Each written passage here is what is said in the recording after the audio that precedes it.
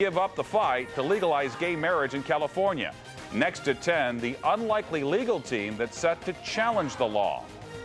That's the Tiger logo on the 50-yard line, but that's not Mizzou's football field. I had no idea. I just thought I was crazy. She now knows she has schizophrenia, and now you can know what it's like to live with the disease. All that and more when News Channel 5 at 10 continues. Isn't worth the fight. Harrisburg schools in South Dakota to change it. The school district tried working with the NCAA to reach a compromise, but has decided the logo just isn't worth the fight. The logo was one of 2 chosen by students and selected by staff. A special symptom simulator was in town today that may forever change the way we think about people with schizophrenia. It's a one-of-a-kind 3D experience, and News Channel 5's Kay Quinn got to experience it this afternoon. Kay? Mike, it's called a virtual hallucination Mindstorm, and it actually gave me a chance to see what it might look, feel, and smell like to have the hallucinations and delusions people with schizophrenia live with all the time. A word of warning, though, some people may find the video we're about to see disturbing. You're going to hold that right there. With a portable handheld simulator in my hand, I watched the 7-minute video that showed me what it's like to have schizophrenia. You are ungrateful.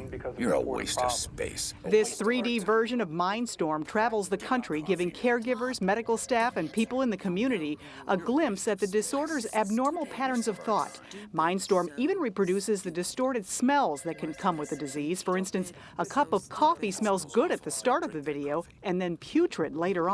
It's kind of like having 12 people screaming really negative things at you. Hi, my name's Shane and welcome to ICTV. 39-year-old Shane McFerrin works in the Digital Underground in the Independence Center, an organization that provides life support to people living with mental illness. She's had schizophrenia since she was 19, but was diagnosed 2 years ago. My parents actually came in and did the video, and it makes me feel relieved that I want people to have understanding of what it's like. Here you go. Don't do it. Mindstorm also gets high marks from doctors who agree it's a good educational tool. If somebody says they have depression, they can kind of identify, but nobody can really identify with delusions or hallucinations because the average person hasn't had them. The hope of those here at the Independence Center is that Mindstorm not only erases some of the misconceptions about schizophrenia, but also helps tear down some of the stigma that still surrounds mental illness. It's important that we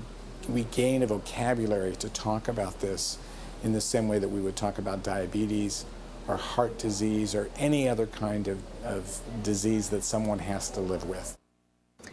Shane's symptoms are now controlled by medication. She's completed a degree in phlebotomy and is now looking for a job and feeling better than at any other time of her life. Now, if you want to see the entire Mindstorm video, we'll have a link on our website at ksdk.com. And what about the cause of schizophrenia? Do they know what causes it? Well, about 2.4 million people in the country have it. About 10% of those cases are genetically linked, but the rest are really random. It happens to men and women, Mike. So it's still a mystery. All right, Kay, thanks. Also on tonight's Health Beat, Illinois State